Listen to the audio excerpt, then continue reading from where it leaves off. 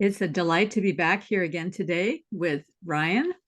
And Ryan and I have been working our way through the mind of the maker, which interestingly enough, I've run into a few people on Twitter lately who are reading that book at the same time. And it seems to be that Dorothy Sayers is percolating up into the mind space of a lot of people in this corner. So that's kind of exciting.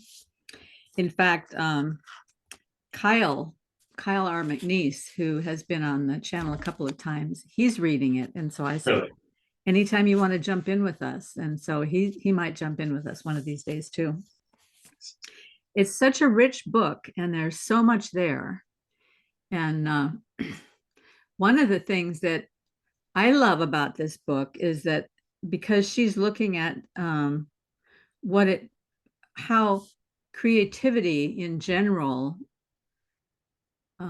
is a picture of God's work in the world. And so we can learn more about God's work by looking at the nature of human creativity, because we only know what we can experience around here and what we can see. And so we can actually learn more about God by looking at the nature of human creativity. And my thing for a long time has been that there is something in the creative process itself that has to do with the actual mechanics, if you will, of the creation of the universe. And we talked earlier about her concept of the idea, the energy, and the power being the creative trinity. And so I was trying to think that through in terms of my sort of picture of how things work. And in my picture, the elements and principles of art must inhabit that idea space. Okay. The space of timelessness, which would be, I guess, where you would say like all the physical laws reside in that timeless space. All mathematics and physical laws reside in that timeless space. And then the energy, which is the living out or the working out of manifesting reality.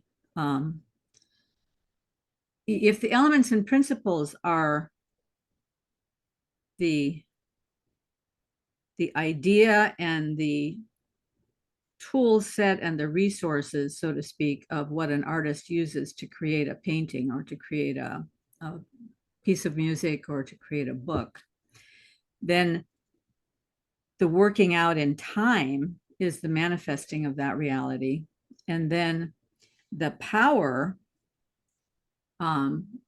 would be, she likens the power to the working of the book or the painting or the piece of music, working between the viewer or the listener and the author, this power moving back and forth. And so if we think about the idea and the energy being, let's say, the Father and the Son, and the power is the Holy Spirit uniting or connecting that.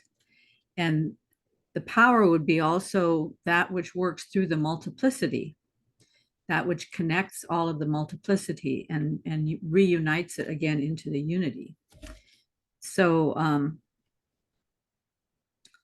yeah, I've been trying to think how that would all work together with my own way of thinking about how art is created. Right. Well, and so like, I'm curious. I mean, you've touched on it in some videos on your channel, but like, my understanding is like, as you learned about the principles of art, you started kind of formulating these ideas years ago, and then you started seeing other people talking about the same stuff, like Jordan Peterson talking about it, and like how did you first arrive at like, I don't know, like what even got you started thinking about these things, if that makes sense? Well, I taught my first workshop on this stuff back in probably 2003, 2004.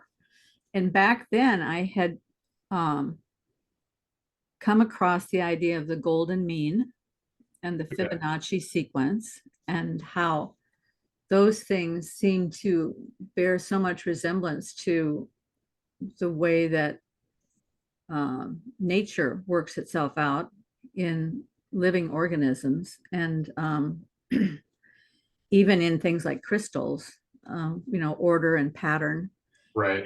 and how that connects up with mathematics and physical laws. And and then I was thinking all the time, because within this idea of the elements and the principles, you're always working with,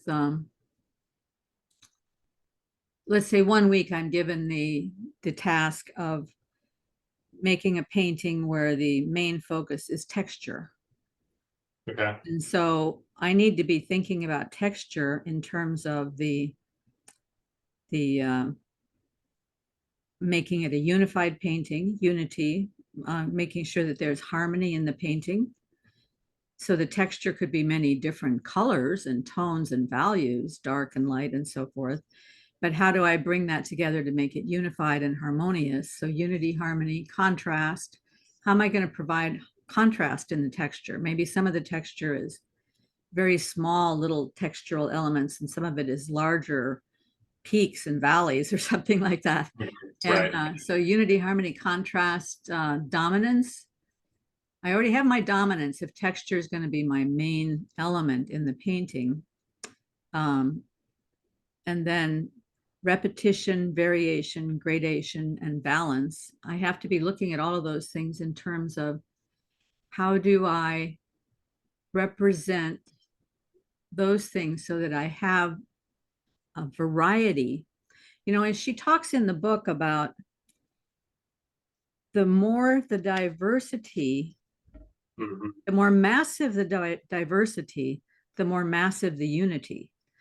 But she's not talking about diversity the way modern man talks about diversity. She's talking about how you can't do a work of art based around one single idea, because it turns into propaganda. If you just have this one way of thinking, and all of your characters are pushing that same idea, then you don't have any diversity amongst your characters, and the whole thing just turns into a work of propaganda. It's like somebody's hitting you over the head with this idea again and again and again. So it leaves no space for you to think your way through. It leaves no space for you to add your own thoughts and process your own experience through what you're reading. Yeah, like that was one of the sections of the book around page like 31 that I was highlighting a lot. And she's talking about it in terms of an author writing fiction. But she says things like, all characters from the most important to the least and from the best to the worst must express some part of the maker's mind if they are to be a living creation. But if all express that mind in an identical way, the work as a whole becomes dull, mechanical, and untrue. Right. And so I think when I was reading this, like I've been really struck by how this metaphor she's using of like a fiction author with the characters, it really does seem to map very, very well to God as creator of this narrative, which is his creation, and us as his characters. And yeah, this thing of, if they all express that mind in an identical way, the work as a whole becomes dull, mechanical, and untrue. And I'm still struggling to put words to it, but it's kind of like we talked about last time. There's something about that very strict, rules-focused mentality that just gives me the heebie-jeebies, and it strikes me as, this is just untrue. This is just uncompelling. When I'm talking with someone, like a Christian, or engaging with some kind of church or something that like seems very focused on the rules and expressing things in a very I don't know, like from one perspective in a very particular way with a very particular language, it seems to be kind of what she's talking about. It doesn't end up expressing the totality of the thing very well. And so you get this very, it's very unified in a way, but not in a brittle way, in a very hollow, uncompelling way. You know what I mean? Mm-hmm. And I think that's, I don't know. I'm still struggling to put words to any of that, but that kind of thing has been on my mind a lot. Yeah. So there's several places that she talks in the book about things that are kind of peripheral to that and yet um, very meaningfully connected to that idea. Let me see if I can find one of those. Well, okay, here's a connection that I ran into that required me to show a very short video for 2 minutes. And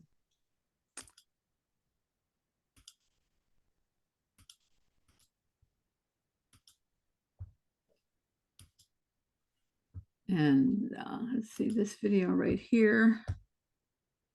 And I'm hoping that the sound will come on. So I was kind of helped in my reflections by this distinction that philosopher Charles Taylor makes, right, between two models of the self, right? So he talks about something called the porous self, which he associates with, pre-modern cultures, right? So where people didn't sort of draw this hard line between themselves and the world outside, but saw the boundary as porous. And so things that happen in the world essentially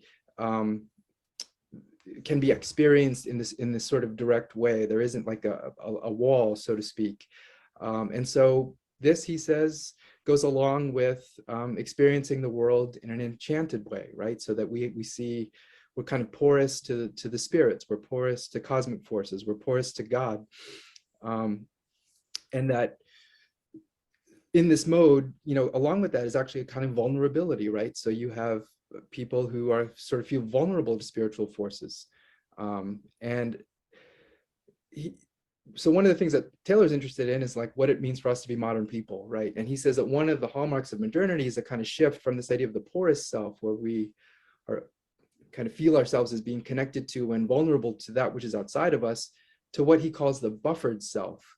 So when he speaks of the buffered self, he's sort of talking about a model of the self in which we have like complete control over the meanings we assign to the world. So we can kind of stand back, observe things, and decide what they mean. And we have this sort of buffer then that insulates us from what happens to us. And so not only do we have sort of control over what the meanings we assign to things in the world, but he says that people, see this as liberative because it gives them freedom. Like I can assign whatever meanings I want. I can kind of remake myself as I like. And I think of Richard Rorty in connection with this because, he's the one who sort of celebrated our kind of Nietzschean potential to recreate ourselves. I'm going to stop there, but what he said there about the buffered self and the porous self, I thought was so interesting because this buffered self, the ability to make our own control over the meanings, I think that's what happens in a rule-oriented church, is that it gives you control over your life. There's this set of rules that I have to follow. It's way easier than having to live a life that depends on the leading of the Spirit. Because I know exactly what to do. I've got this set of rules. I just follow these rules. Now I might not be able to follow the rules, but I know what to do. And so I know how even to punish myself when I don't follow the rules. Right. So it's very orderly, it's very strict, and it's very much easier than living a life under the aegis of the Spirit. But the porous self is the self that is open to the Spirit, open to suffering, open to pain. And the way I think about this in terms of art is if I'm painting a figure in a work, it would be easy to take a photograph of a figure and blow it up and cut it out and paste it on. That would be the buffered self. That would be the me wrapped in plastic wrap in the world. Nothing touching me. I'm not connected to anything. I can be completely insulated, divided away from the work. And you see paintings sometimes like that. This is why posters don't give the same emotional substance as a really beautiful figurative work, because there's a hard line around the outside of the figure and Right. there's no connection. But when the background and the foreground play with each other, and when the edges of the figure are porous in some areas, and when the shadows of one figure melt into the shadows of another figure, and you see the connections between people, or see the connections between objects, either through a path of light or a path of shadow in the painting, then you have a true connectivity that lives out a larger story. And anyway, that was the thing that came up for me. Well, that's exactly what I'm talking about. And it's interesting, like, honestly, I'm glad you showed me that clip, because that's pretty helpful in, like, I think of, I've tried to slog my way through Maps of Meaning by Jordan Peterson, and it's a challenge. It works my little brain muscles. And if I'm understanding him right, part of what he's getting at least in one section of the book, is that, like, you have your known world, right? And then you have the outside, the chaos, right? And there's different ways you can interact with that, right? You could be the village that just, as soon as an outsider comes in, you just slaughter them. Nothing from the outside is allowed in. No interaction with the chaos. It's just, you have your known, and that's all it is, and everything else is. And that seems very representative of the kinds of churches or the kinds of cultures I'm talking about, where it's very, very non-porous, we do not interact with everything because we have it figured out. We have our system, we have our language, we have our everything, and outsiders are unwelcome, period, right? And then, you've got kind of the opposite extreme, where if you're too porous, everything just comes in and the center doesn't hold, and everything just sort of disintegrates, and there's no unity, there's no structure, because it's all just overtaken, right? Mm-hmm. And I think Peterson would maybe argue that's kind of what's happening to us culturally right now, Mm-hmm. right? And so the proper way, let's say, to interact with the chaos is, to be somewhat porous, not too porous, but not totally closed off, but interact with the chaos, let some of it come in, deal with it, integrate it somehow, or dispel it if needed, or whatever. I don't know the language for it, but, like, that seems like a very healthy way to engage with the unknown. And it seems like that's kind of what's necessary here with this whole, being porous, seeing the world in an enchanted way where things can be mysterious, things can come in and affect you, right? Sayers in The Mind of the Maker talks about this in terms of, like, there is a sense in which the characters, like, have their own will, right? Mm-hmm. They're not alive in the sense that the author is alive, but, like, if the author creates these characters with certain characteristics and then doesn't submit, I don't know how to put it, doesn't follow those characteristics properly, you end up trying to force the character into a situation that doesn't really feel congruent, and then it all kind of falls apart. And so there is a sense in which the character must be respected as its own entity with its own agency that is interacting with the story in some real way. And so there's almost this sort of back and forth dialogue between author and creation, right? And only if that back and forth dialogue is really honored, it seems to be something like what Sayers is saying, only if it's honored do you end up with a coherent work that makes sense and is beautiful. But if you don't honor it, then you end up with something that just doesn't feel quite right. Mm-hmm. I think that was one of the things that I wrote down, a quote from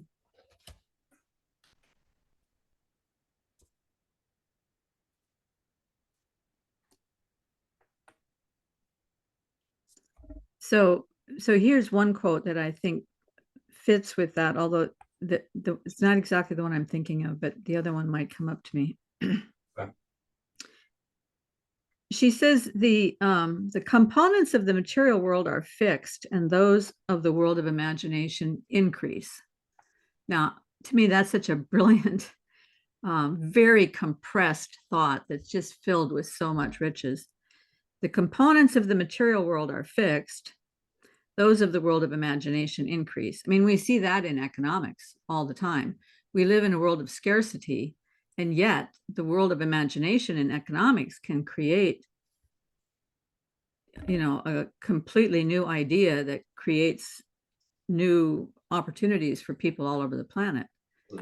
iPhone, for example, think of how many people are employed now making iPhones. Not necessarily that iPhones are a good thing, but I mean, the idea is that the world of the imagination can increase even when the material world is fixed. Then she goes on to say, that being so, how can we know that the idea itself has any real existence apart from the energy? So we can see the energy working its way out in the world, but how do you know that the idea actually exists and it's not just the energy? Very strangely, we see this by the fact that the energy itself is conscious of referring all of its acts to an existing and complete whole.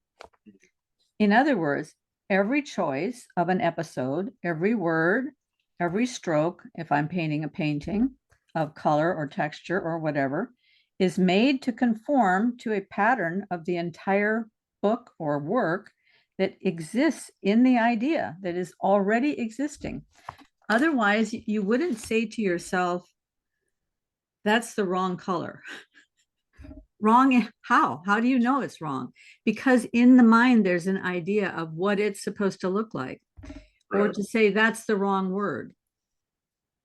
Well, the only way you can know it's the wrong word is that you have in your mind a coherent idea of how the work is supposed to progress and how that character is supposed to be revealed.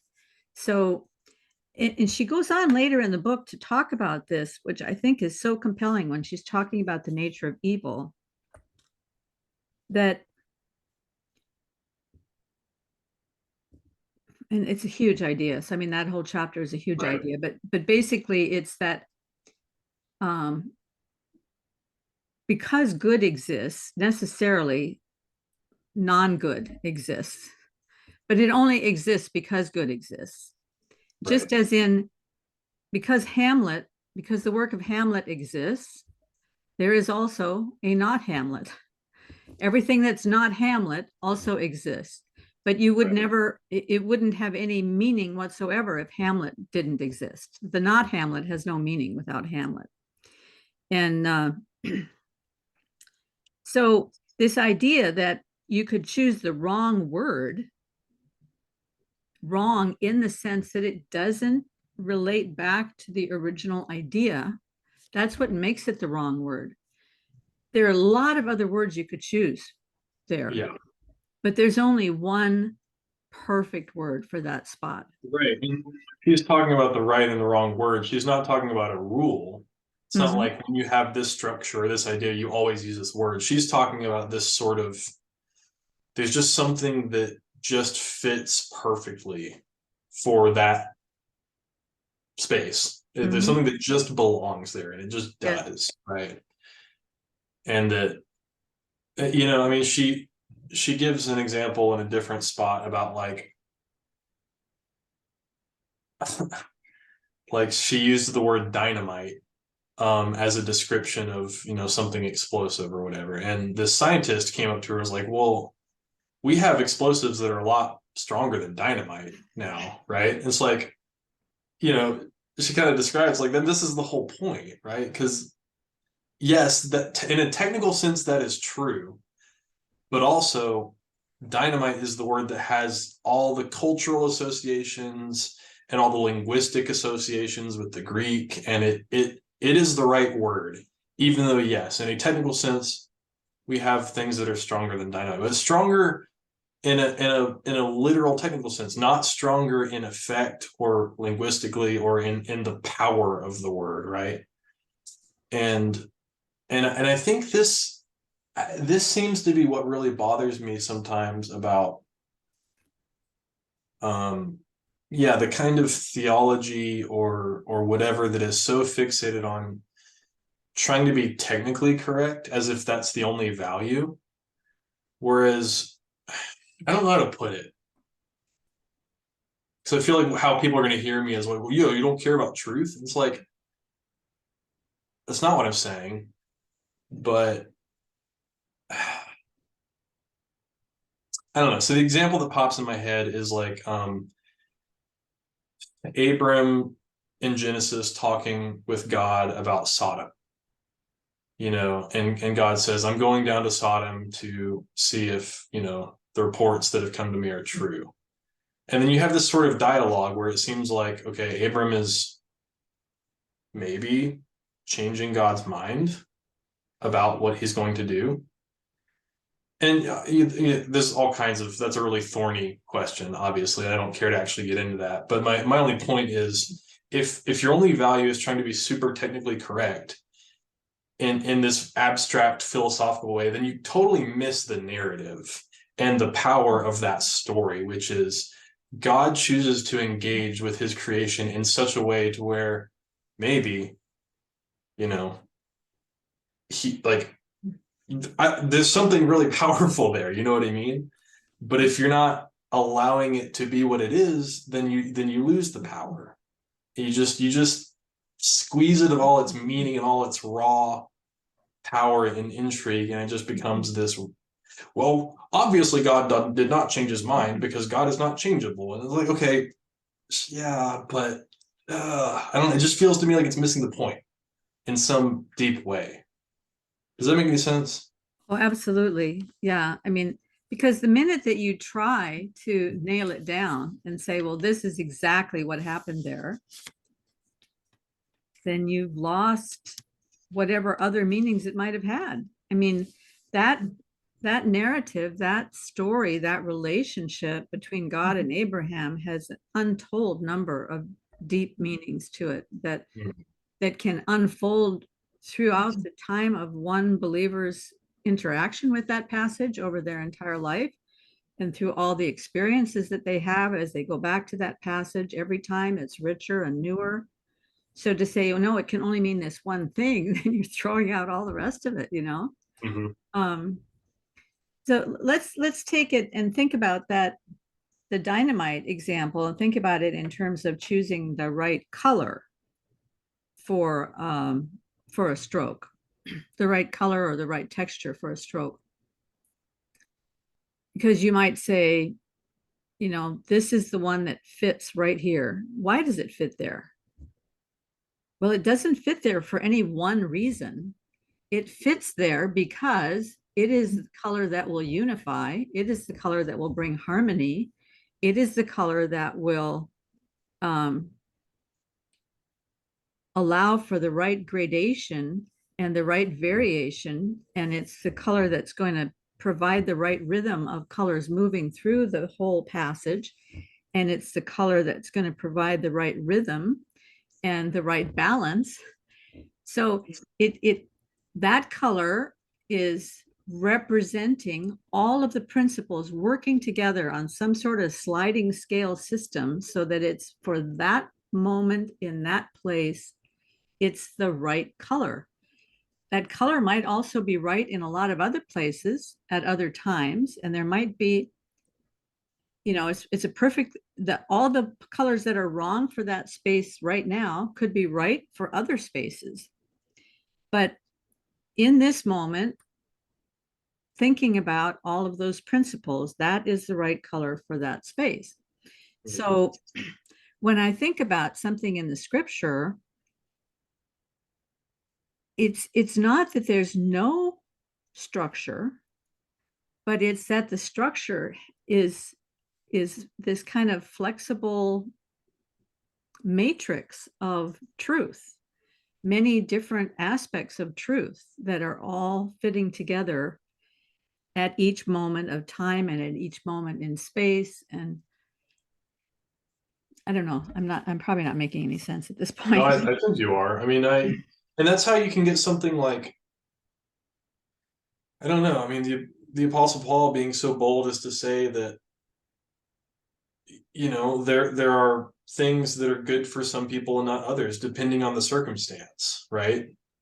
And that there is no hard and fast rule for that. Sometimes eating meat may be the right thing, it may be the wrong thing, and there's factors, and it depends on all these things. And yeah, it's not a rule. You can't just say it's always wrong or it's always right or whatever. Mhm.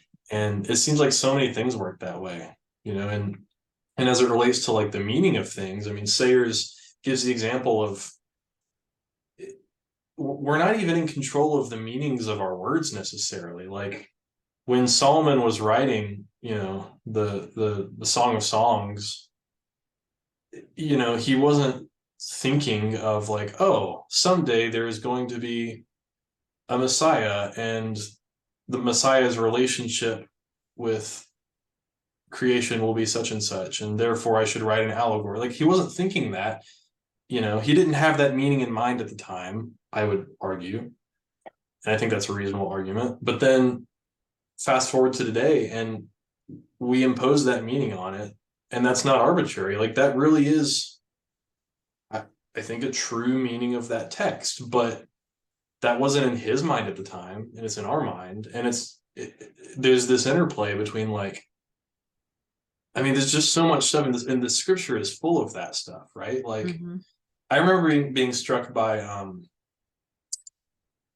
one of the Greek fathers talks about the burning bush as a symbol of the two natures of Christ. You know, there's the physical bush, which is like the humanity, and then there's this fire that's like the divinity, and in some strange way, the divinity is surrounding and with the humanity, but it's not consuming it, it's not destroying it, right? They're together, and it's like that. Where does that meaning in the text come from? You know, assuming that's a correct interpretation, well, it comes from the reality of Christ and who he is. But that would not have been understood, probably, I guess, by whoever was writing Exodus, you know.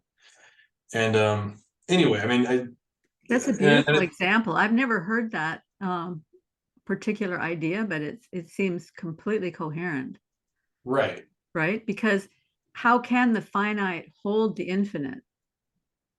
And yet there we have a picture, right? We're given a Right. picture there of how the finite holds the infinite and is not destroyed by it. That's a terrific. Mhm. Thank you for sharing that. That's Yeah. I couldn't tell you who that was. That was when I was going to, you know, Orthodox catechesis. They shared that with me. Well, speaking of Orthodox, there's this little book on the Incarnation by Saint Athanasius. I don't know if you've ever read it. It's quite an amazing book, but I had just picked it up again today, just randomly thinking there's probably something in here that connects to what we're doing. So here's one of these things that I had never thought about before, and I don't know that anybody had ever thought about before Athanasius. And I don't think it's a part of the text of the word, and yet it's just so rich and deep, and it just so makes sense. So death came to his body, therefore, not from himself, but from enemy action, in order that the Savior might utterly abolish death in whatever form they offered it to him. Now, here's the pertinent part. A generous wrestler, virile and strong, does not himself choose his antagonists unless he should be thought that of some of them he is afraid. Rather, he lets the spectators choose them, and that all the more if these are hostile, so that he may overthrow whomsoever they match against him and thus vindicate his superior strength. I mean, I've even seen that scene like in, I think, Spider-Man, there's a scene like that where Spider-Man is trying to build his strength. And so he goes into one of these wrestling, you know, dark areas of town. And you just have to take whoever they throw at you to fight against you, right? Because if you're not willing to fight them, then you're saying, I'm afraid of them. So rather, he lets the spectators choose them, right? So even so it was with Christ. He, the life of all, our Lord and Savior, did not arrange the manner of his own death, lest he should seem to be afraid of some other kind. No, he accepted and bore upon the cross a death inflicted by others, and those others his special enemies, a death which to them was supremely terrible and by no means to be faced. And he did this, that in order by destroying even this death, he might himself be believed to be the life, and the power of death be recognized as finally annulled. A marvelous and mighty paradox has thus occurred, for the deaths which they thought to inflict on him as dishonor and disgrace has become the glorious monument to death's defeat. And a little later, there's another example that's very similar to that. And what I wrote down at the bottom of the page was that he filled or fulfilled all the frames that were given to him by the spectators. You know how Jonathan is always saying, like Mary framed for him the wedding at Cana when she said, you know, they're out of wine. That Right. provided a frame, and then he filled that frame. He provided the wine in, you know, out of the water. And that when people would ask a question and then he responds to that question, he's filling that frame with truth. So the frame is provided. Here's the death that we demand of you. And he fills that frame with his glory. I just, but that's the kind of thing that it's not that evident when you're reading the text, but inside that text are all these possibilities, all this, the treasures hidden inside the text that aren't obvious to us, right? That come out. It's very like when she talks about the idea, the energy, and the power. Once the energy has made manifest the work, then the power is the working out of the meaning and the beauty and the power of it amongst the multiplicity of those who are interacting with the work, and then between those who are interacting with the work and the author himself. Right. So, Yeah, and that has been on my mind as I've been reading this book. Even in terms of just a conversation, like the conversation we're having right now, there is some sense in which, like, you know, my sentence or my paragraph right here is like idea being made manifest or incarnated through my word, right? And it is going out and doing its activity, right? mm-hmm. And then it goes up into other people, right? It ascends back to the Father, right? Back to the idea in other people's minds. And in that way, it propagates, right? And so there's this sort of incarnation of the word, this sort of death and resurrection as it spreads, right? And then an ascension. And then the power is the working out of that in, you know, other people's minds. And so the viewers here, or just between me and you. And so it's almost like every sentence is the whole cycle of incarnation, death, resurrection, ascension, and then the sending of the power, the sending of the spirit.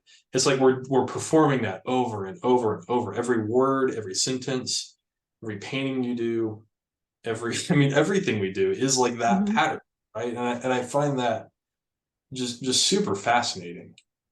In that, like, you know, I love to talk just with my, you know, just friends and people about, like, the world is fractal, you know. I don't know if people even know what I'm trying to say by that, but it's like this. It's like Christ is the pattern of all things, and we are enacting that pattern in big ways and small ways, moment by moment, and throughout years of our lives, and it's just super interesting, right? It's deeply coherent to me. Yeah, I mean, what you just said there about every idea has to go through this pattern, and that's so true, because you have the idea in your head that you want to say, but the idea is bigger than what you can say, because Right. you can't even know how to say the idea that's in your head. It's too big, right? So Right. it has to be compressed, into something that you can at least try to get out there.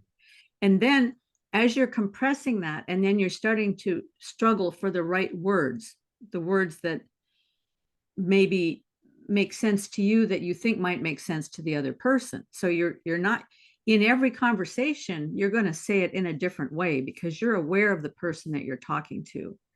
And here we're kind of aware of the audience. And so we're kind of aware of how other people might take things, even if we're trying to be completely transparent and open and Right. authentic. You know, Yeah.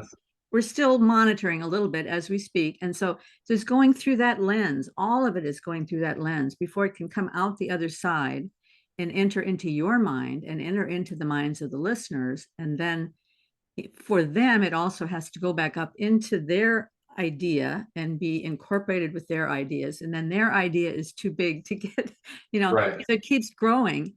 And yeah, so Yeah, and I love seeing that play out in, I mean, yeah, I mean, in some sense, that's our little project here. It's like you and I sat down and talked about, like, well, there's this thing we're both interested in, and let's just start talking about it and seeing if we can get at it from different angles or whatever. And the same thing is happening in, this little corner of the internet with a bunch of people doing that together. And it's like there is something that kind of emerges out of this in some manner that is bigger than just the, it's not just the sum of the parts. It's something grander than that in some real sense.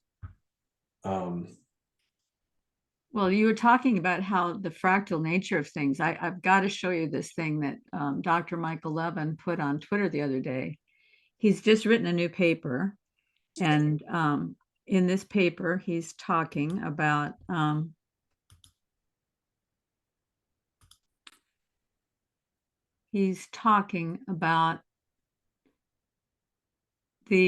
all these processes, tiers of biological cognition, how cognition goes all the way down from the human mind all the way down to probably the cell level and even below. But then he shows this picture of you see this on the bottom half of the page here? Yeah. Genome going down into what he calls the bow tie node. I wanted to put back on Twitter and say, they call that the cruciform for a reason, right? Yeah. So the genome goes through this process out into the anatomical form and function. Anatomical form and function is what he's really interested in, and he uses this word of morphogenesis. There's a morpho space. There's a space in which things form up, and the genome only has part of the responsibility for that. So over here on the right, you see it says the micro level hardware specifications. That's the genome. Yeah. And then the physiological computations are this part here in the middle. And then behavior in problem spaces is this anatomical form and function. So in problem spaces, it turns out that cells are very, very adaptable. They can figure out how to avoid obstacles, and they can figure out how to repair mistakes, and they can figure out how to build the right thing, even if the wrong thing has been put in the wrong place. So in the problem spaces, anatomical form and function, there's a lot of adaptability with life. But in this center part, there's this bow tie node. So the gene regulatory network, all this stuff has to go through this bottleneck right here to come out into the gene regulatory network. And the bioelectric circuit has to go through this bottleneck and then come out the other side. And the tension comes out the other side into this biomechanical network.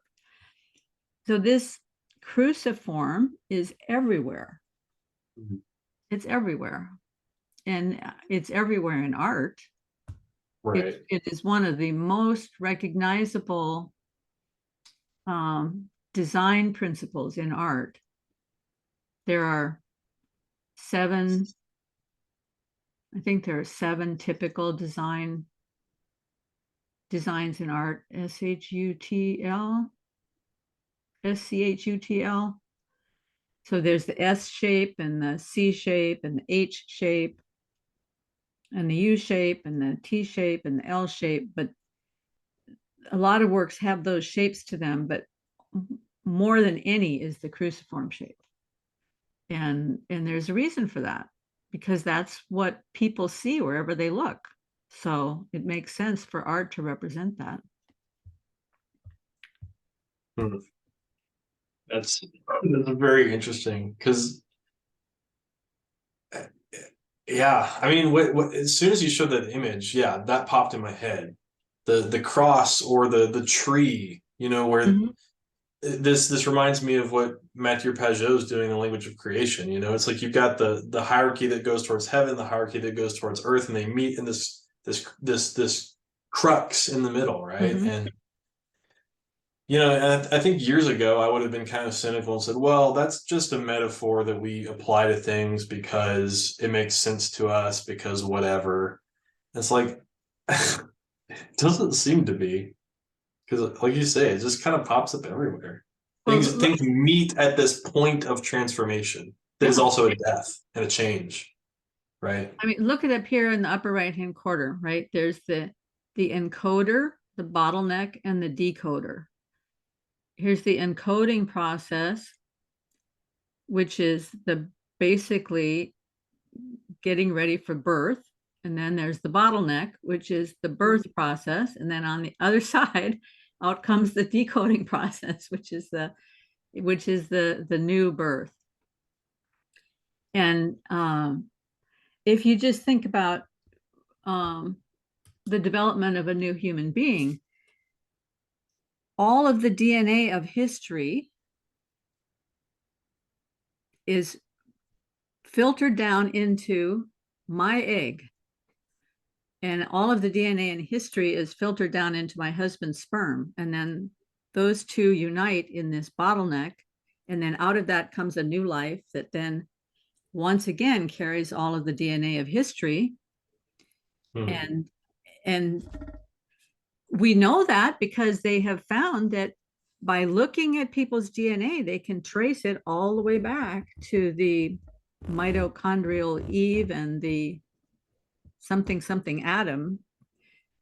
Even, I mean, the scientists talk about it that way, that there was an Eve and there was an Adam, but they don't put them in the same time or place. They're hundreds of thousands apart or something like that. I don't know.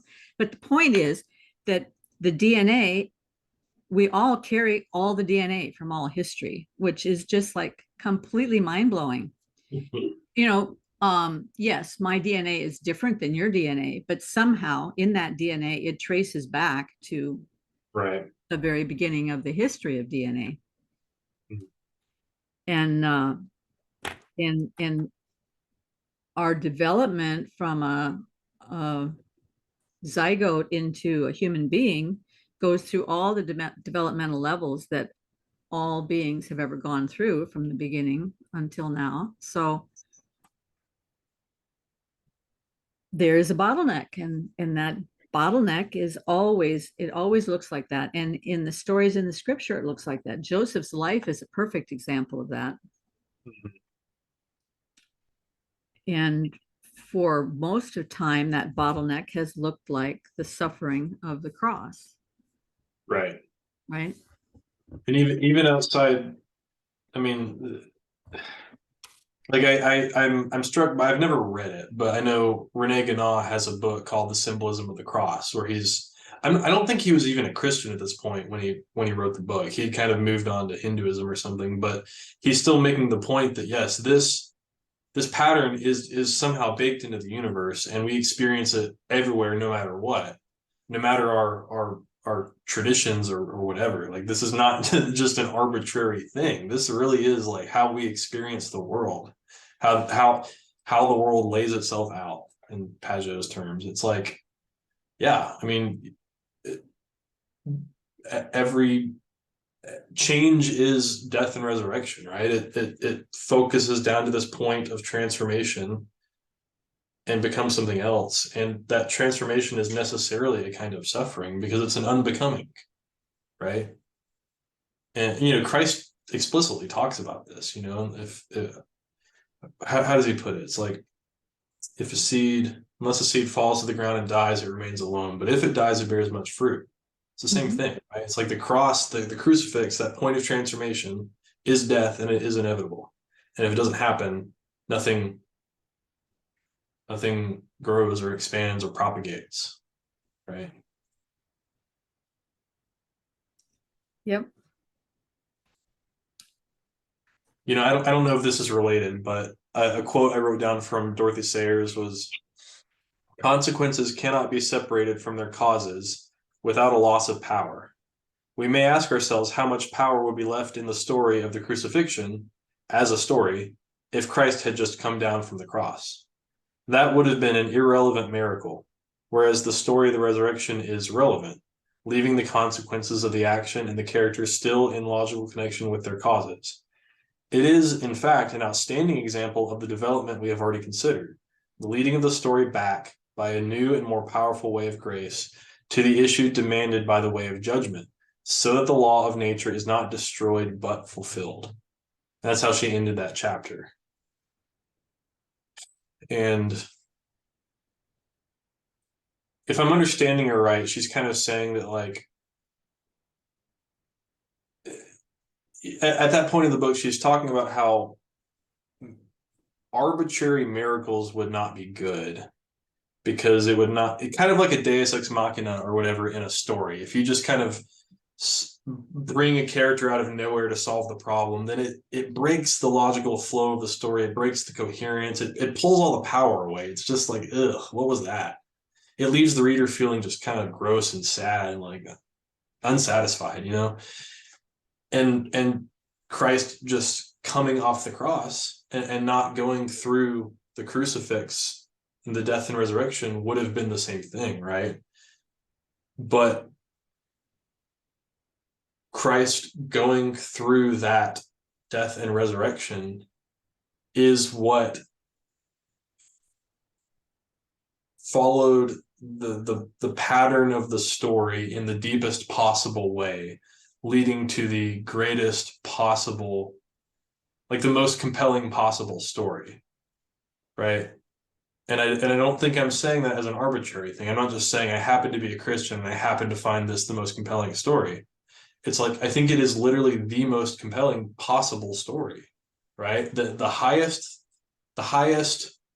being descended from the highest down to the lowest in total death, total annihilation, for the sake of bringing it all back up to the top, right? For the sake of bringing it all together. It's like, you can't have, you know, you can't add to that story in some real sense. You know what I mean? Like, that is the story of stories, and it's not arbitrary. It's beautiful. It's yeah. Yeah, absolutely. Once you say that, there's not much more to say.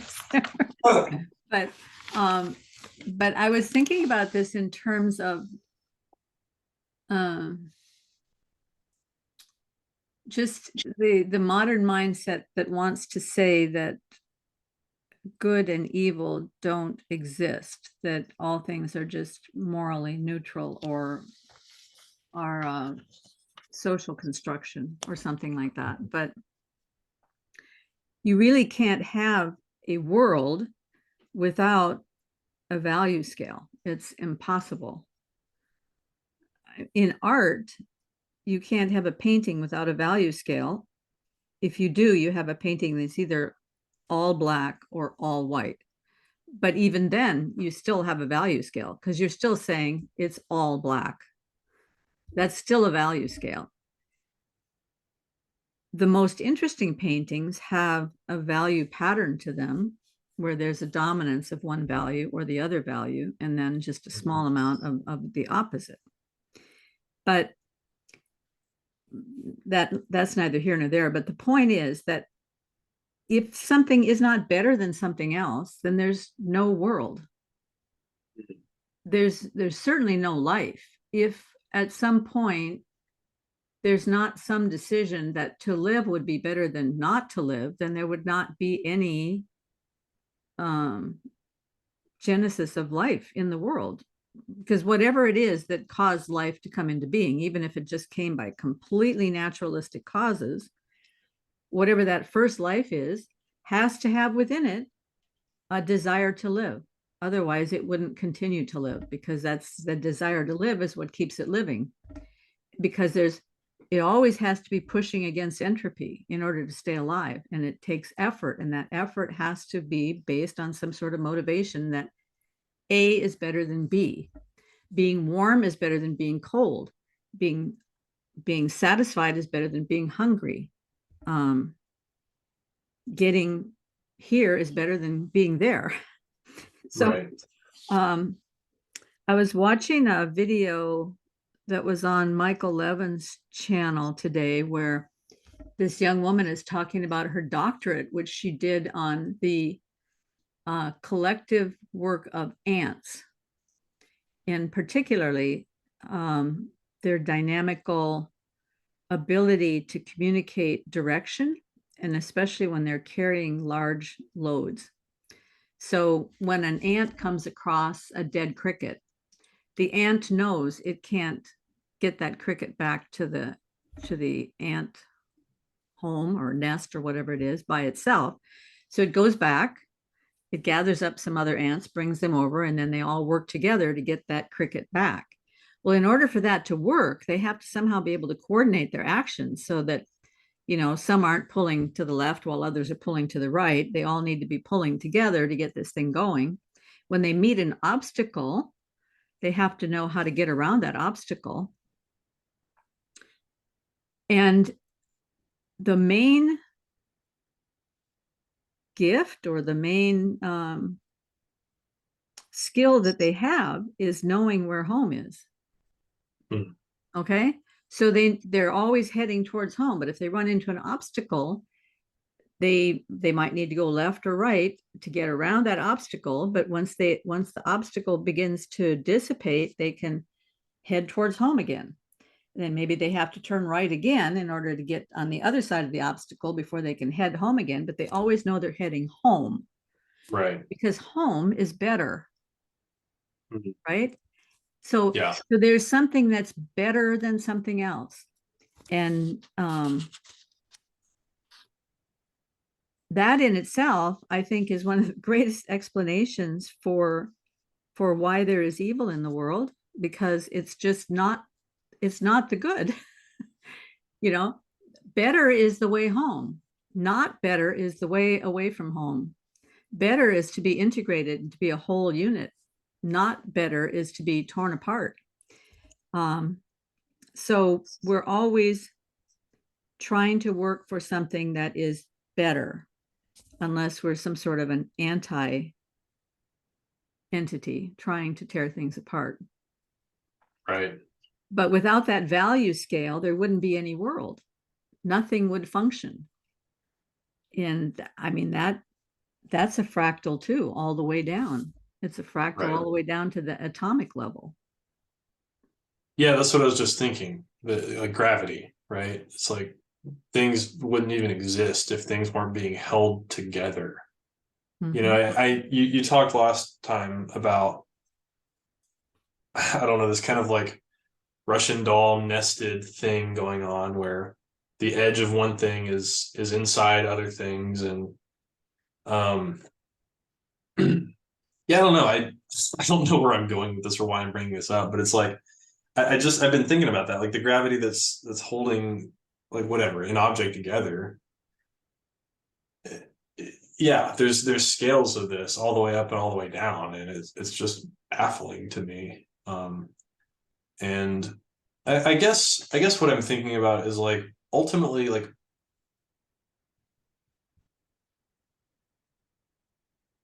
what is, I don't know. It might be dumb to ask questions like this, but like what is the ultimate goal or vision, or where's this all headed? Like, I know in some very abstract sense, it's like Christ is bringing all things together and the kingdom is coming, and that's a thing. But like, I don't feel like I've ever captured a really good vision of what that actually is, you know? And I think in a lot of Christian culture, I think we have struggled with that, because it's like, well, you know, Christ's whole work was to enable us to, because we couldn't follow the rules, he did some stuff and whatever. Now that doesn't matter. It's like, okay, but like, where's the vision for, like, that doesn't really, I don't know, get at the heart of the thing, I feel like, you know what I mean? Mhm. And so it's like, what actually then is the vision, you know? It's not just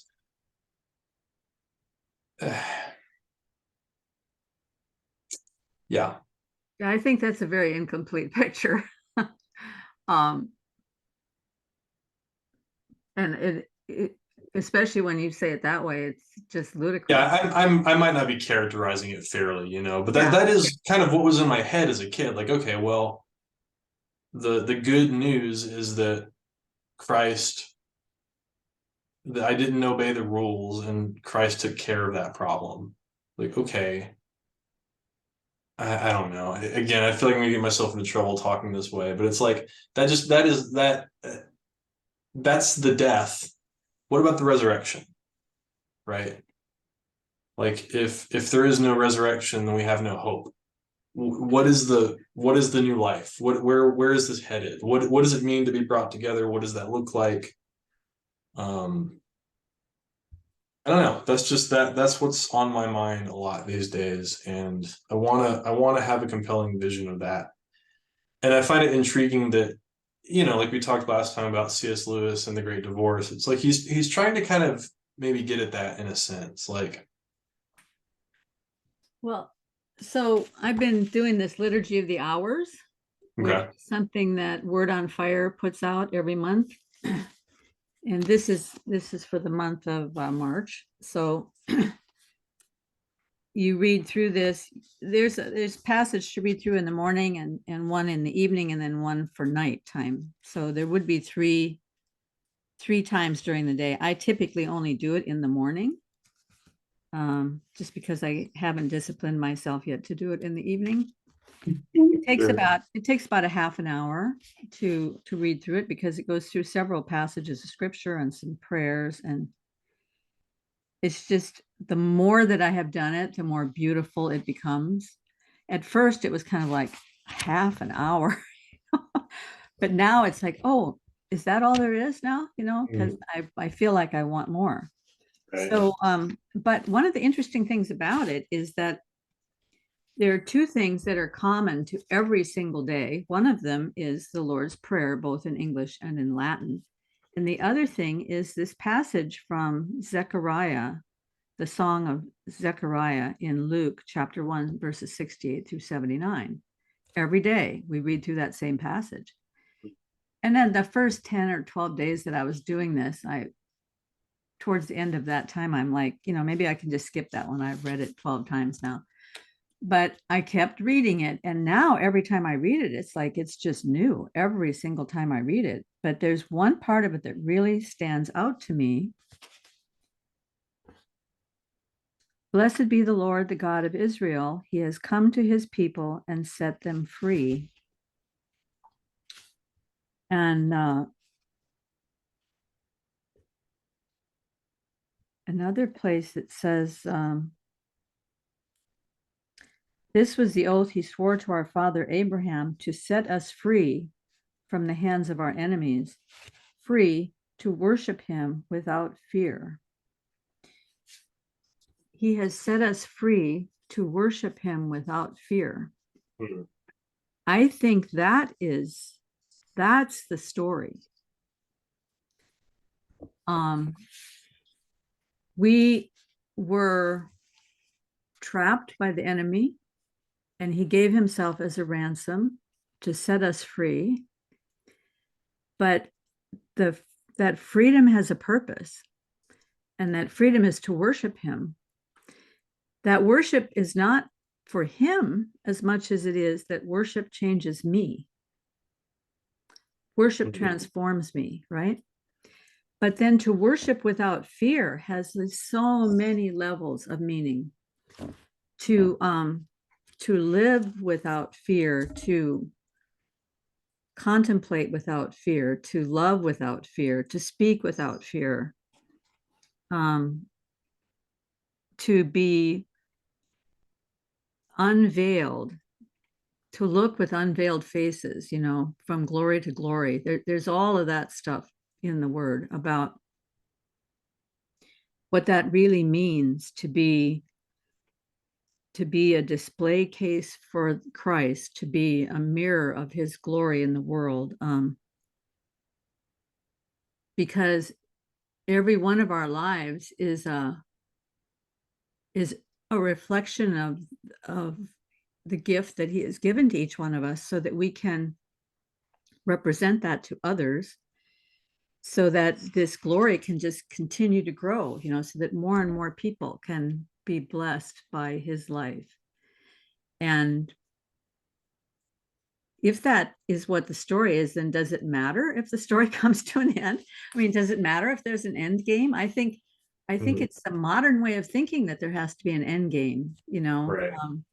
When I used to teach business, I was a business consultant teaching Japanese business people how to do presentations and offer feedback that would be effective in the American business environment. Well, when you're doing a presentation, you always want to get to the bottom line first. You know, there's got to be a bottom line. Give them the bottom line first, tell them what you're going to tell them, and then tell them what you told them. You know, there's all these frameworks that we have, but that's a very modernist way of thinking, rather than just, we are living out the most beautiful story that there is. And can't we just live that story with joy and as a reflection of his glory? That's interesting. Because yeah, that is, you're right. That is kind of my gut instinct to, yeah, funnel this all to a main point and ending, but it's like, really it should be an unfolding, an eternal unfolding, right?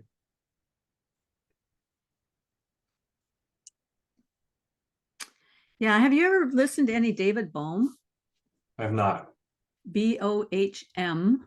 He was a physicist around the middle of the 20th century. He got into a lot of trouble in the physics world. He wrote some things that were really well received, and then all of a sudden he sort of stepped over a line. But one of his ideas was this idea of the implicate order.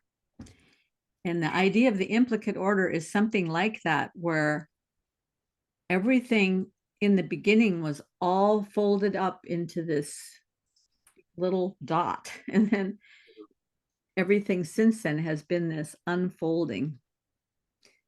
So it's just like continually opening up and unfolding, almost like you can imagine like a rose blooming.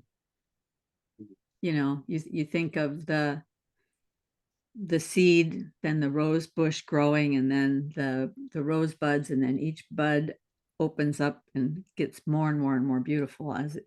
So anyway, it's this idea of this unfolding all the time. And so when you said that made me think about David Bohm. I don't know whether he was right about the physics or not, but Sure, yeah. but he had a lot of very compelling conversations with some Indian guy whose name escapes me right now. He was very famous. I don't know if he was I'm going to get the terminology wrong. He was either a guru or a swami or one of those guys that he had a lot of conversations with, and thousands of people used to come and listen to the two of them talk.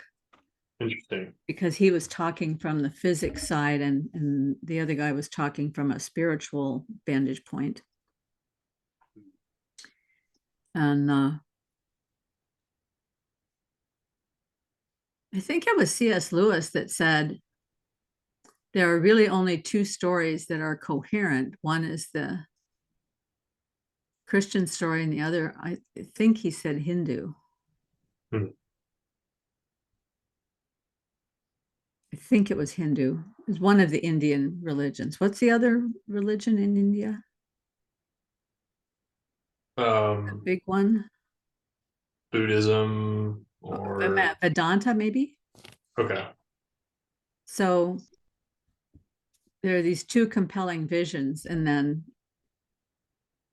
C.S. Lewis said that he felt that Christianity was the one that made the most sense because of this idea of it being, like Jonathan always says, the limit of the story. It's the limit, right? It's the greatest narrative that you can imagine. One of Yeah, the it makes sense to me. Go ahead. I was just gonna say, I mean, Sayers touches on, I didn't write down the quote, so I might butcher this a bit, but she talks about how like the fullness of Hamlet is understood with all the different ways people are interpreting it and playing the characters, and that your understanding of Hamlet grows the more you see people doing good interpretations of Hamlet, right? Mm-hmm. And so in some sense it's like, I don't know why that connected with in my head with what you're just talking about, but like, yeah, there's a sense in which maybe there is this eternal growing of our understanding of the glory of God in terms of our particular manifestations of, yeah, how he's glorified in our experiences and our perspectives and all this stuff. I mean, the body of Christ, right? It's we build up, and there's unity in our diversity or whatever. Mm-hmm. It's like there's something really, really real about that and really good about that. Well, see, I think this is one of the things that protects this way of thinking from falling over into postmodernism, because the idea that a word can have a different meaning here or there, wherever you want to have it, all that kind of stuff can easily fall over into postmodernism. Right. But the idea that for whatever reason, God has allowed the story to become richer as it lives through every individual puts a very powerful meaning on what it means to be an individual. Now, I know there are people in our corner of the internet that bristle at that word individual. But I think it's one of the most important aspects of our faith, and that is that rather than being a drop of water that gets reunited with the river, at which point the drop of water would no longer exist, our belief is that when we are reunited with Christ at the end of our life, that we are still who we are, only perfected, only made incorruptible. And what that says to me is that every one of us has this, because we're human, it's a finite capacity, but it's a very large capacity for creativity, in the sense that all of my experiences that have made me who I am, and all, the libraries of books that I've read, and the symphonies and the songs and the worship and all of that kind of stuff that has made my mind and heart what it is, I receive everything through that filter, and then it goes up into my mind and creates these ideas, and then these ideas come back through that filter, always that fractal thing you were talking about. But that means that whatever I can offer the world in a creative sense, or offer in the sense of loving another person, is completely different than anything that you could offer or anything that anybody else could offer. So when we all offer into the world, we are building something bigger and more complete all the time than could ever be if just one person is doing everything the right way. mean, this is why collectives are so dangerous, because there's one guy at the top telling everybody, well, this is how you're all going to function as a collective. But that's not the way that ant collectives function. Ant collectives function by all the ants, each adapting through their experiences and working together to accomplish things. And to me, that's what we're doing as individuals. We're learning and growing, and we're receiving God's truth through his word, but it's richer because you and I are talking about it, and we each bring our own perspective to it. And then the people who are listening are bringing their own perspective to it. And we're always trying to tie it back to truth, which is why it's so wonderful to have the resource of the Bible and the church fathers and thinkers throughout the ages, so that we're not just completely untethered, right? Right. But it still does mean that somebody can come up with that idea, like the burning bush and the fire. The bush that doesn't burn up in the fire are representing Christ's two aspects. Like, that's because somebody had an original way of thinking about it and could offer that into the body, and then we could all grow from that, right? It's what popped in my head was kind of an extreme version of that is like Caiaphas the high priest, right? Mm-hmm. When they're plotting against Christ, it says in the text, like, you know, Caiaphas says something like, you people don't know what you're talking about, like, we need to go ahead and kill this man. You know, it's better that one man die for the nation than that the whole nation is destroyed, or something like that. And it even says in the text, it's like, Caiaphas did not say this of his own accord, but because as high priest, he was prophesying about Christ. And so it's like, even he had no intention of saying anything other than just kind of a practical, like, yeah, whatever, this is what we should do. But in his role, without even knowing, he served to speak something that was truer on a level higher than he even could have conceived, right? And that's, I don't know, that's very interesting to me. I mean, and that could be true of all of our words, you know? Well, yeah, the other thing I'm reading in the mornings is this thing that our church gave us. It's just called The Last Words of Christ. Okay. And this morning we're reading this scripture. When the soldiers crucified Jesus, they took his clothes, dividing them into 4 shares, one for each of them, with the undergarment remaining. This garment was seamless, woven in one piece from top to bottom. Let's not tear it, they said to one another. Let's decide by lot who will get it. You know it's coming, right? This happened so that the scripture might be fulfilled that said, they divided my clothes among them and cast lots for my garment. So this is what the soldiers did.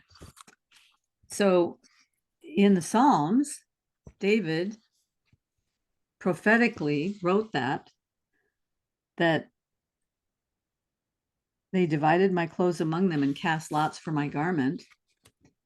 But these Roman soldiers had no idea that that was written in the Psalms, because they weren't readers of the Hebrew scriptures. And yet, Right. in their individuality, they were living out what had been prophesied, and they fulfilled it.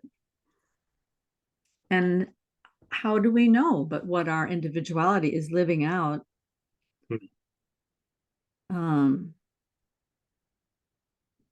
Things that are fitting into God's perfect vision for how things work out. You know, if we are his story, if we are his poem, his workmanship, then every aspect of that work, you know, the thing that she says about good and evil in terms of what an artist is doing is that sometimes an artist or a writer, they have to write about both good and evil in order to make the story work. But writing about evil is not evil itself. What's evil in the writing is to write something that is badly done, to write something that is not coherent or that doesn't fit with the story or that you're trying to jimmy into place or that is propagandistic. That's where the evil comes in, is in the bad craftsmanship. But God's craftsmanship is all good. And God is completely good. So his craftsmanship, his structure, his storyline, his characters are all coherent and purposeful and living out in freedom. I mean, that's what she says, is characters have to have the freedom to live within the structure that's been created by the author. Right. It's all very mysterious. Right.